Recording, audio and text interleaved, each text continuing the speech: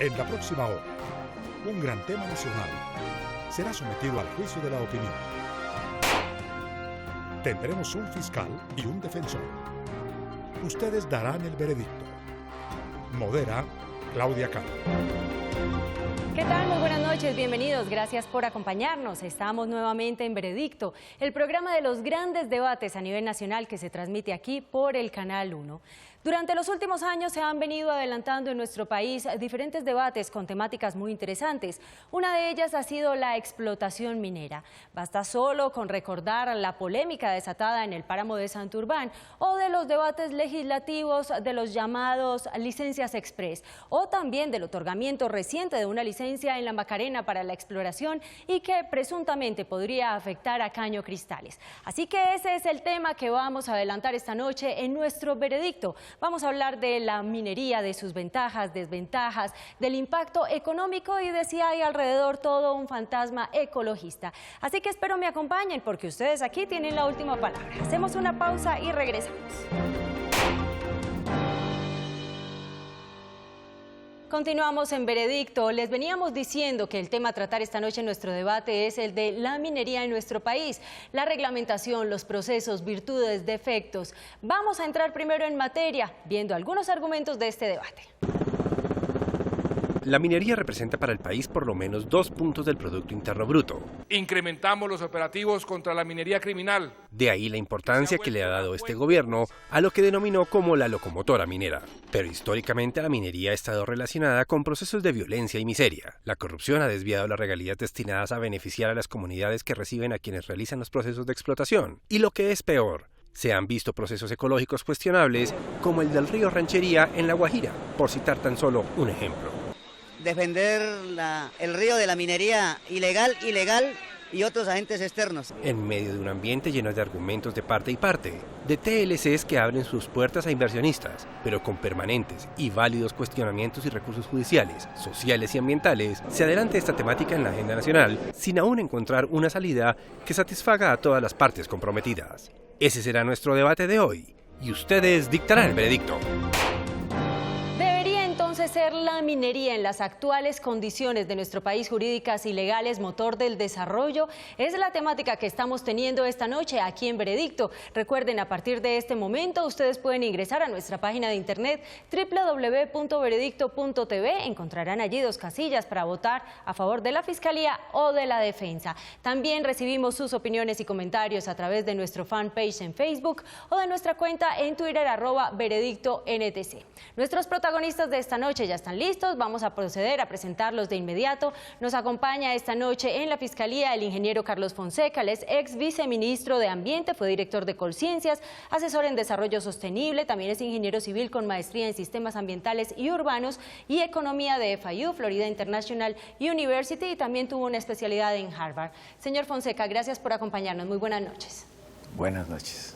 Nos acompaña en la defensa esta noche la señora Carolina Rojas, vicepresidenta de Promoción y Fomento de la Agencia Nacional de Minería, economista de la Universidad de los Andes, con maestría en Políticas Públicas de la Universidad de Chicago. También fue asesora del despacho del ministro y subdirectora de financiamiento con organismos multilaterales y gobiernos en los ministerios de Hacienda y Crédito Público, y además ha sido consultora del Banco Mundial y del Banco Interamericano de Desarrollo en Washington.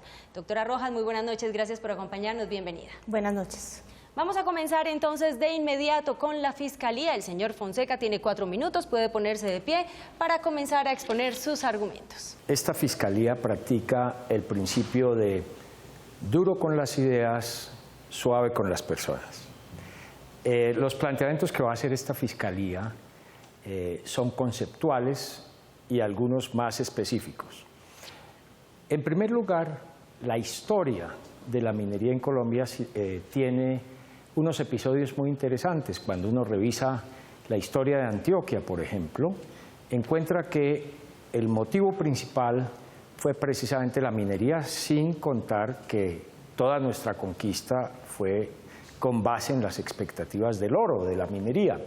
Sin embargo, cuando uno revisa la historia y ve que el país desde 1968 aquí, cuando uno revisa las exportaciones, encuentra que pasamos de ser una economía basada en las exportaciones agropecuarias, café, flores, banano, pasamos nuevamente a ser una economía minera, hidrocarburos, carbón, y cuando uno revisa si ese cambio fue importante para el país en términos de equidad, en términos de oportunidad de las regiones, de mayor equidad entre las regiones, no solo entre las personas, se encuentra que no hay una contribución seria.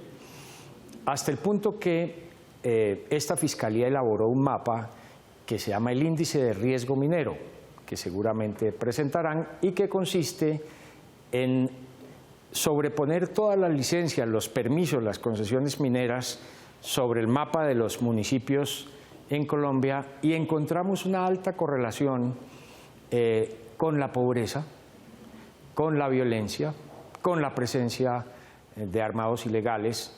Entonces podría uno concluir que la minería en términos generales no ha cumplido el cometido que hubiéramos esperado, que era el de ser un factor de desarrollo. Una minería que deja un balance negativo de altos pasivos ambientales en muchos sitios, que genera unas tensiones sociales muy grandes en la consulta previa, en donde muchos municipios cada vez están diciendo más que necesitan que su voz no solo sea oída, sino respetada en los planes de ordenamiento territorial, es decir, que tienen la potestad, que tienen el derecho de decidir qué hacen con su territorio, obviamente respetando los insumos de las diferentes entidades sectoriales del orden nacional, pero la gente que vive en el territorio tiene el derecho de decidir qué es mejor. El reto, de manera respetuosa, es, ¿está pensando la Agencia Nacional Minera que de un protagonismo que es bastante dudoso en términos de sus resultados, debe adquirir la dimensión justa, la justa dimensión en un país que tiene que tomar decisiones muy fuertes acerca de que la minería no puede estar en las altas montañas, que al competir con el agua ya tiene que hacer esa valoración para que la minería no sea bajo ningún punto un riesgo para el agua, que va a ser el bien más preciado en el futuro? ¿La Agencia Nacional Minera sí piensa en eso? Yo tengo la creciente sensación, y los reclamos del señor vicepresidente recientes acerca de las dificultades de las consultas populares me indican que hay un sector del gobierno que todavía tiene un pensamiento viejo, que ya está pasando de moda, que es el de pensar que la minería y el petróleo son el camino para el desarrollo, cuestión que está bastante discutida en el último tiempo, y otro sector que piensa que hay que darles su justa dimensión. Ingeniero, su tiempo ya ha concluido, pero yo lo voy a invitar a que, estando ahí de pie, responda a la siguiente pregunta, que se la formula el director de la revista y el portal Mundo Minero, Silverio Gómez. La minería y la industria extractiva en Colombia, incluyendo el petróleo, tiene que ver con muchas entidades, no solamente con el Ministerio de Minas, sino tiene que ver con el Ministerio de Hacienda en la parte fiscal, tiene que ver con el Ministerio de Medio Ambiente, tiene que ver con el Ministerio de Defensa, tiene que ver con el Ministerio del Interior en el tema de la consulta previa, tiene que ver con las corporaciones regionales de desarrollo y tiene que ver también con la Agencia Nacional de Licencias Ambientales. Los industriales del sector extractivo se quejan de la tramitomanía que hay en Colombia. Esto está atentando contra la industria o está abriendo el espacio para que no progrese ni la minería sea un motor de desarrollo. Usted tiene la razón en cuanto a la tramitología. Lo que acaba de pasar en la Macarena es una muestra grave no solo de descoordinación institucional en el sector ambiental, sino también de una pobreza conceptual de los funcionarios de la ANLA grandísima, que hizo que durante 4 años tuvieran una expectativa en una zona que no podía ni siquiera haberse considerado para exploración petrolera. Es cierto, hay que mejorar radicalmente la autoridad ambiental. Tiene unas fallas conceptuales muy graves, entre esas seguir pensando que los estudios de impacto ambiental de un proyecto pueden resolver muchos asuntos. Hay que hacer evaluaciones ambientales estratégicas del territorio, regionales, y darle respuestas mucho más efectivas, mucho más tempranas a los mineros y a los petroleros. Ahí hubo una falla evidente del sector ambiental. Ingeniero, muchas gracias. Puede tomar asiento. Vamos a invitar a su testigo a que pase aquí al estrado para que complemente su postura. Se trata del señor Manuel Rodríguez, exministro del Medio Ambiente, cofundador del Foro Nacional Ambiental, fue director del extinto Inderena, presidente del Foro de Bosques de la ONU en 2 oportunidades, columnista del Tiempo y ha sido también vicerrector y decano de diferentes facultades aquí en nuestro país. Muy buenas noches, gracias por acompañarnos. Estoy de acuerdo con el doctor Fonseca. Seguramente la minería le ha producido unos impuestos al país que han servido para la educación, para la salud, etc. Pero número uno, a nivel local ha sido un desastre mayor. Porque si uno mira las estadísticas de las necesidades básicas insatisfechas, por ejemplo, de los municipios del carbón, en La Guajira y en el Cesar, encuentra, según las estadísticas, las mejores estadísticas que existen, que están por debajo de la media nacional, por encima, es decir, son más pobres esos municipios, la gente de esos municipios son más pobres que la media nacional. Y la gente de esos municipios son más pobres que la media del departamento. Del promedio. Entonces, yo lo voy a invitar. Ahora, obviamente, hay que decirlo muy sencillamente, es ver el drama de La Guajira. A los guajiros se les ofreció hace 40 años que la minería sería su redención. Hoy tenemos el espectáculo de 5.000, 10.000 niños muertos de hambre. Perdón, lo interrumpo, a través del interrogatorio que va a comenzar el señor Fonseca. Sí. Usted estaba explicándonos que dentro de esa lógica de los pasivos ambientales está el balance de departamentos como el Cesar y La Guajira. Hay otros departamentos, ciertamente. Lo de la alta montaña, lo de tomar decisiones dónde se puede y dónde no se puede la minería, ¿cómo nos explicaría usted? Ya mencioné que a nivel local las consecuencias sociales, digamos, la minería no ha beneficiado a las comunidades. Las estadísticas están todas ahí, muy bien. Entonces, obviamente las comunidades hoy en día se preguntan ¿para qué la minería en mi municipio o en mi localidad? Segundo lugar, en Colombia se genera entre el año 2006 y el 2012 un proceso de titulación minera absolutamente caótica e irresponsable.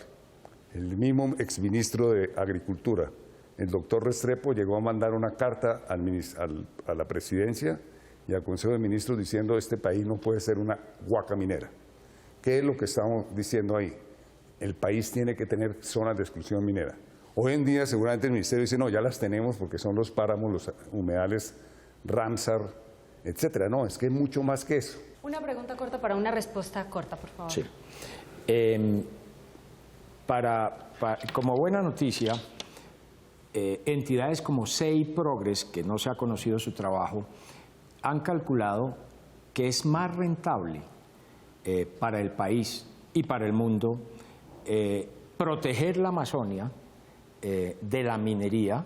Hay un trabajo impecable que acaban de entregar de investigación ante Colciencias, proteger la minería, pero la Amazonía con certificados de reducción de gases de invernadero y otros mecanismos e incentivos. ¿Qué opina usted de eso? No, es que yo tengo una opinión muy fuerte sobre el valor de la Amazonía para el futuro del país. Es una reserva que debemos proteger por su valor en biodiversidad, por su valor desde el punto de vista de la captura de gases de efecto invernadero, por el hecho de que la Amazonía es una gigantesca bomba de agua de la cual dependen, entre otras cosas, las condiciones de lluvia de muchas regiones del país y de otras partes de Sudamérica y de Norteamérica. Entonces yo tengo una posición muy fuerte sobre eso. La otra cosa que me preocupa es que en la minería, en Colombia, parece que no va a haber un entendimiento de que la minería en la región andina es compleja, porque distinto a otros países mineros del mundo, en Colombia tiene una enorme, la mayor parte de la población vive en los Andes colombianos y en los valles interandinos. Eso no es así en otras partes del mundo. Entonces, obviamente la gente se pregunta por el agua. Y ese es Ahora, no estoy diciendo que no debe haber minería. Lo que estoy diciendo es que no se puede seguir, que el país requiere un ordenamiento territorial en el cual se excluyan claramente unas zonas de la minería. Y si el gobierno quiere hacer minería, por ejemplo, en la región amazónica, como es la decisión del gobierno, debe decir con transparencia al país muy bien, vamos a hacer minería allá, pero vamos a sacrificar tantos cientos miles de hectáreas de bosque, porque que no vengan con el cuento de que es que la minería es sostenible, que la no sé qué, que es posible conservar el bosque. Eso no ha pasado en ninguna parte del mundo. Y como ya sabemos que no ha pasado en ninguna parte del mundo, pues tampoco va a pasar en Colombia. Señor Fonseca, muchas gracias. Al señor Rodríguez le vamos a pedir que conserve su posición, porque después de esta corta pausa comercial regresaremos para escuchar las preguntas que tiene preparada la defensa. Regresamos a Veredicto. Les recordamos que estamos en el segmento de la Fiscalía y llegó el momento para que la economista Carolina Rojas contrainterrogue al testigo de la Fiscalía. Adelante. Ingeniero Rodríguez, en su comentario anterior usted mencionaba que para usted lo que es importante es definir dónde se hace minería o no se hace minería. Partiendo de que todos estemos de acuerdo con eso, en los lugares en donde sí se pueda hacer minería, ¿qué condiciones usted cree que se necesitan para que esa minería esté bien hecha? No la llamemos sostenible porque, como usted bien lo dice, la minería no es sostenible, pero ¿cómo la podemos hacer de manera bien hecha? En aquellos lugares en donde como país y consenso sepamos que tengamos... Primero tenemos que comenzar por definir qué zonas son excluibles de la minería. En segundo lugar, yo creo que tendríamos que hacer una evaluación muy cuidadosa hoy en día, antes de seguir con grandes proyectos de minería a cielo abierto, para saber cuáles fueron los costos sociales y ambientales de las grandes explotaciones a cielo abierto, que son obviamente las de La Guajira y las del Cesar. El país necesita saber qué pasó con el medio ambiente en esas regiones, qué pasó con la salud humana, qué pasó con las comunidades, porque creo que habiendo tenido esa experiencia es esencial que el país conozca cuáles fueron los beneficios o los costos de esto. Ahora, la pregunta, una vez se defina cuáles son los sitios donde debe haber minería y no debe haber minería, debe hacerse de acuerdo. Debería hacerse para cada proyecto minero un análisis costo-beneficio, en el cual se incorporen todos los beneficios económicos del orden nacional y local y todos los beneficios sociales del orden nacional y local, y todos los costos ambientales, que normalmente los proyectos mineros son muy altos, y todos los costos sociales. Y solo aquellos proyectos que den una razón beneficio-costo segura, suficientemente robusta, deben hacerse. Hoy en día la gran pregunta es por qué el Ministerio de Minas se niega y el país se niega a hacer una cosa que es obvia, que es el análisis beneficio-costo, porque hay que recordar que hay proyectos mineros que pueden ser muy deseables, pero pueden tener unas consecuencias a largo plazo que claramente desbordan o borran, digamos, todo el beneficio económico que podría haberse tenido. ¿En qué país se hace ese beneficio, costo-beneficio, al nivel de detalle que usted está diciendo? Con todos los costos en el mediano, corto, largo plazo, incluyendo todos los costos de cierre de mina que usted está mencionando. En general, los países bueno, en Estados Unidos yo creo que existen unos procesos hoy en día de evaluación minera muy finos, suficientemente finos como para que se demoren incluso para dar ciertas licencias mineras hoy en día 8 o 10 años, que aquí en Colombia eso estaría descartado, y en el cual se hace análisis, además regionales, etcétera, etcétera, y se hacen muchos ensayos de análisis de beneficio-costo. Ahora, es claro que en muy pocos países se hace. ¿Por qué se hace en muy pocos países? Porque el poder de los mineros y de las élites nacionales interesados en obtener los grandes beneficios en el corto plazo son de tal naturaleza que tienen bloqueada esa posibilidad. Y esa es la realidad, y eso hay que decirlo en forma muy cruda. Hay una captura de la autoridad nacional minera, digamos, de la política minera del país por aquellos que están interesados en explotar las minas. Y por eso impiden de la captura que tienen el gobierno claramente de hacer ese tipo de análisis. Muchísimas gracias a ambos. Esto ha sido todo para el segmento de la Fiscalía. Nosotros vamos a hacer una corta pausa comercial y regresaremos para escuchar los argumentos de la defensa. Ya volvemos. Regresamos a Veredicto. Ya ustedes escucharon los argumentos de la Fiscalía, también conocieron a la defensora de esta noche, a Carolina Rojas, quien invitamos a poner de pie. Tiene 4 minutos para exponer sus argumentos. Bueno, buenas noches. Yo creo que aquí el debate que hay que tener es sobre qué minería queremos. Nosotros estamos convencidos que la minería sí puede aportar significativamente a la economía del desarrollo de Colombia, pero no cualquier minería. Queremos una minería que sea legítima, que sea legal, que sea respetuosa con el medio ambiente y que cumpla todas las condiciones de licenciamiento que se requieren, que además tenga una interacción positiva con las comunidades en donde se está realizando esta minería. Esa minería que nosotros estamos aquí defendiendo ya existe en Colombia, aporta el 2% del PIB de Colombia. Solamente el año pasado esta minería generó 1.8 billones de pesos de regalías, lo cual equivale más o menos a financiar el programa de Familias en Acción en un año.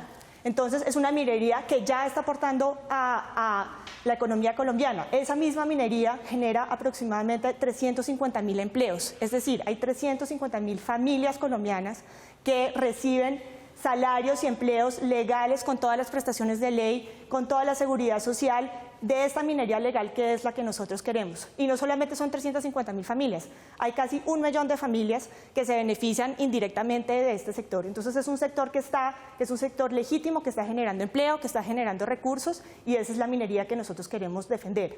Pero además hay que empezar a aclarar un poquito los temas. Si nosotros miramos las estadísticas, solamente el 4% del territorio nacional está titulado. Y de ese 4% del territorio nacional, solamente en aproximadamente 250.000 hectáreas hoy en día se está realizando minería y proyectos mineros. Eso en contraposición a más o menos de 22 millones de hectáreas que hoy en día están protegidas en el sistema de protección de áreas protegidas. Dice la Fiscalía que la Asociación Nacional de Licencias Ambientales se equivoca y se equivocó dramáticamente recientemente en la Macarena. ¿Cómo hacer para que eso no suceda y también para quitarle el poder a bandas criminales como los Úsuga? Por supuesto que lo que necesitamos es que haya autoridades ambientales y mineras fuertes, pero necesitamos saber dónde hacer minería y dónde no hacer minería. En eso creo que estamos de acuerdo. No hay ningún inversionista del sector minero serio, que es el inversionista que nosotros queremos, que quiera hacer minería en un lugar que es protegido y en donde la sociedad colombiana haya decidido que quiere protegerlo. Pero lo que no podemos es cambiarle las reglas. Tenemos que decidir de una vez dónde es que queremos y no queremos para no meternos en problemas nosotros con los inversionistas y para nosotros de verdad respetar, digamos, el sentido de la sociedad colombiana de las áreas donde se quiere proteger el medio ambiente. Tal como ocurrió en el caso de la Fiscalía, tenemos para usted la siguiente pregunta que la formula el ingeniero forestal Carlos Barragán. Hace poco en el Congreso de la República se lanzó la propuesta de crear una gerencia estratégica para el manejo de la sentencia. Hoy en día hay muchas entidades, tanto del nivel nacional como autoridades regionales, trabajando en los páramos. ¿Es necesario otra entidad pública que maneje esto? ¿Cómo se está desarrollando el trabajo de articulación entre entidades del gobierno?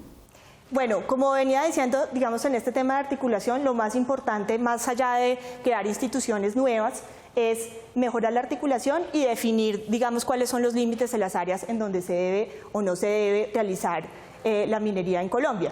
Eso, digamos, ayudaría a que tuviéramos un poquito más de claridad todos sobre cuáles son las áreas que queremos proteger y dónde los inversionistas mineros, que son legítimos, que traen recursos, que invierten, que pagan impuestos, esos impuestos que nos generan ingresos para nuestras regiones, puedan cómodamente y con tranquilidad hacer sus inversiones, porque como lo decía anteriormente, no existe ni el gobierno nacional ni el sector privado quiere hacer minería donde la sociedad colombiana haya definido formalmente dónde no se puede hacer minería. Presentamos entonces al testigo de la defensa. Se trata del señor Javier García Granados, vicepresidente de Seguimiento, Control y Seguridad Minera de la Agencia Nacional de Minería, administrador de empresas de la Universidad de La Salle, fue asesor de la Dirección de Minas del Ministerio de Minas. Señor García, muy buenas noches, gracias por acompañarnos. Buenas noches, muchas gracias por la invitación. Empecemos. Javier, tú eres el vicepresidente de Seguimiento y Control de la Agencia Nacional de Minería. Desde ese rol de fiscalización que tienes en ese cargo, ¿cómo podrías ayudarnos a explicar cómo se garantiza desde la institucionalidad minera la minería legítima y legal? Primero, Carolina, y a todos, es bien importante hablar de un proceso de transformación que ha sufrido la institucionalidad minera. Y en eso soy testigo directo. Yo he trabajado en el Ministerio desde el año 2010, antes trabajé en el Ingiominas también, y en el Ministerio pues estuve al lado de todo el proceso de actualización institucional que se hizo en su momento.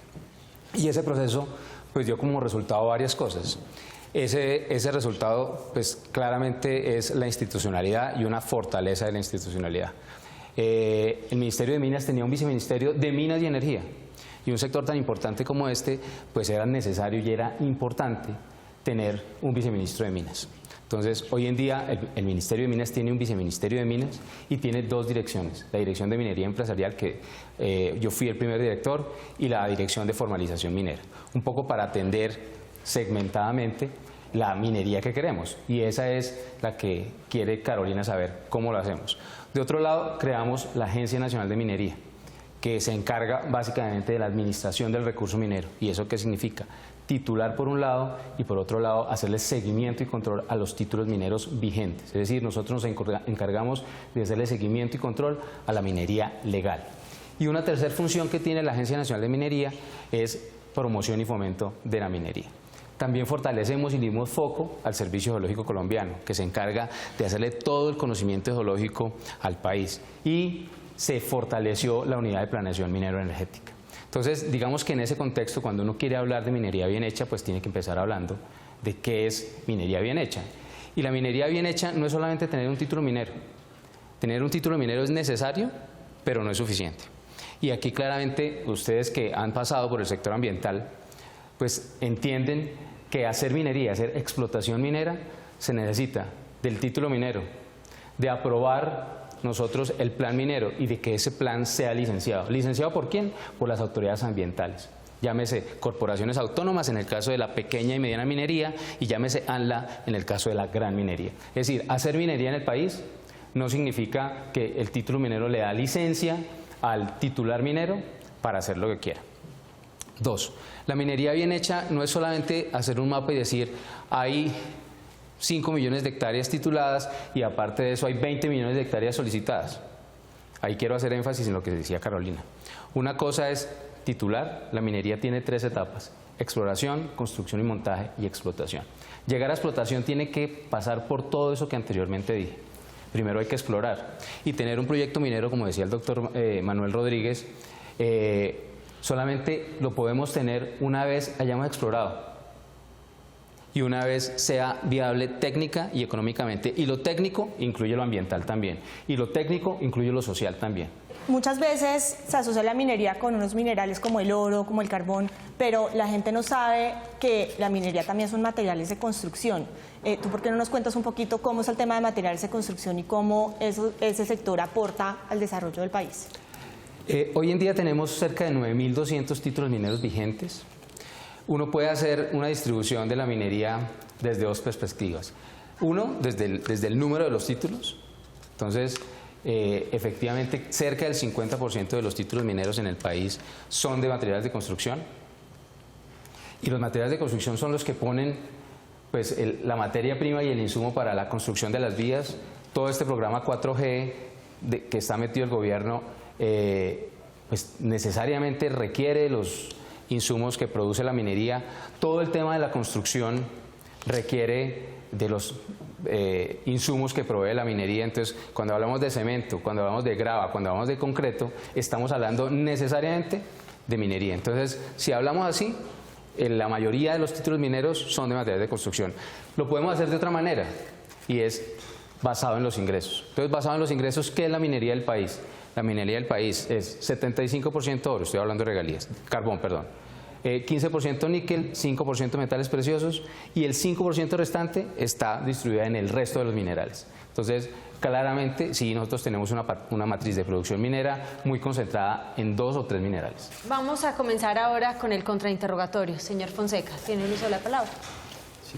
Sí. Usted ha planteado temas muy importantes. Uno de ellos es, por ejemplo, el de materiales de construcción.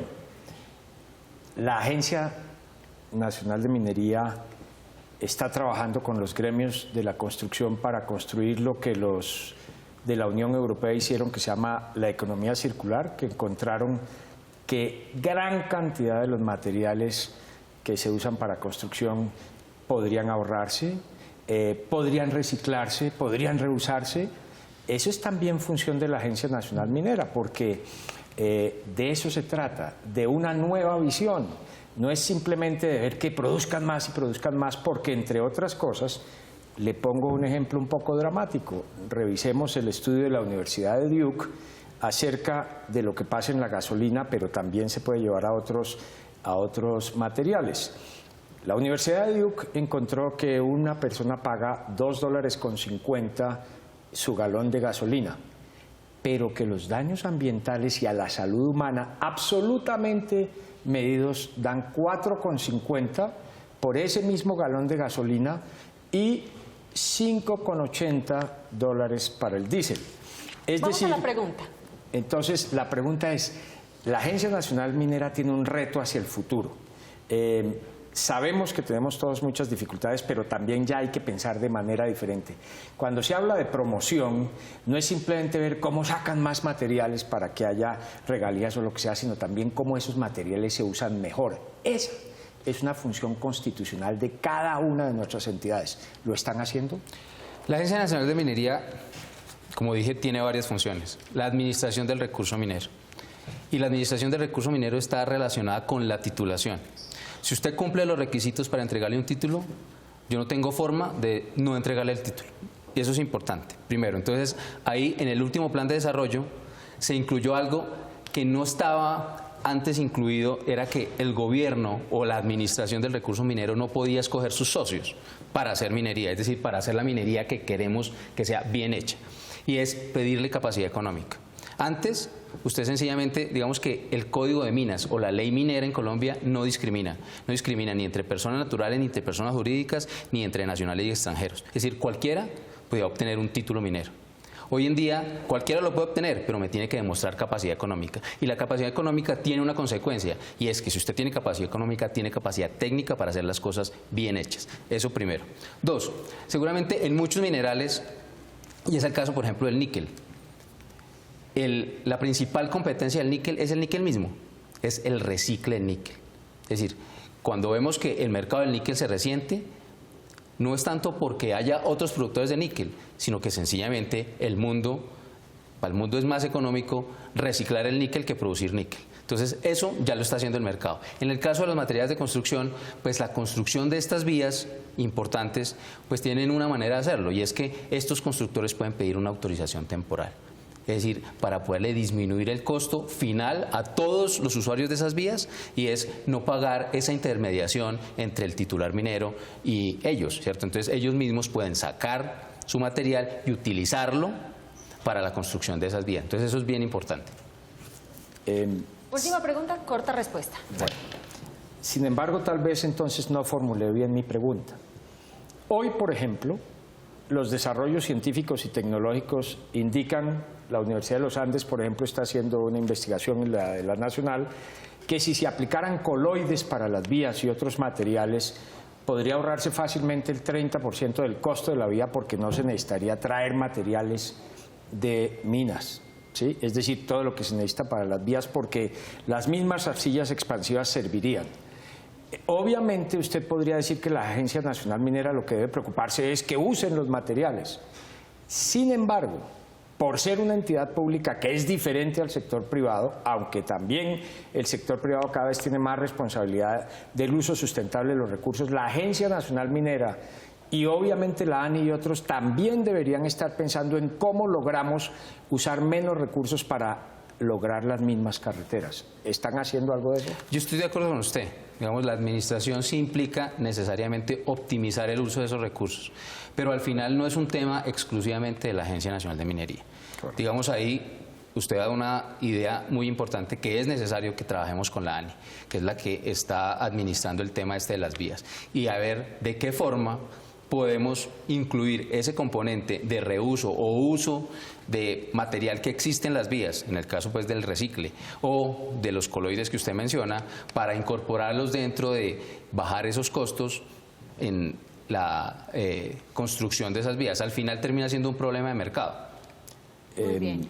Por tiempo los tengo que interrumpir. Señor García, señor Fonseca, muchas gracias. Ustedes ya han escuchado los argumentos de ambas partes. Después de esta pausa comercial, regresamos para escuchar los alegatos de conclusión. Ya volvemos. ¿Está usted de acuerdo con los argumentos presentados esta noche por la Fiscalía o por la Defensa? Si todavía tiene algunas dudas, entonces escuche a continuación los alegatos de conclusión. Comenzamos con la Fiscalía. Sin lugar a dudas, cuando uno dialoga con estos funcionarios se encuentra unos funcionarios diligentes que están tratando de promover la minería, pero es que el reto es promover otra minería. Si bien es cierto que la economista Rojas plantea lo de la minería legítima y legal, también constitucionalmente es tarea de nuestras entidades, porque la Constitución lo dice, que tenemos que ser ambientalmente responsables y el Estado tiene ese papel.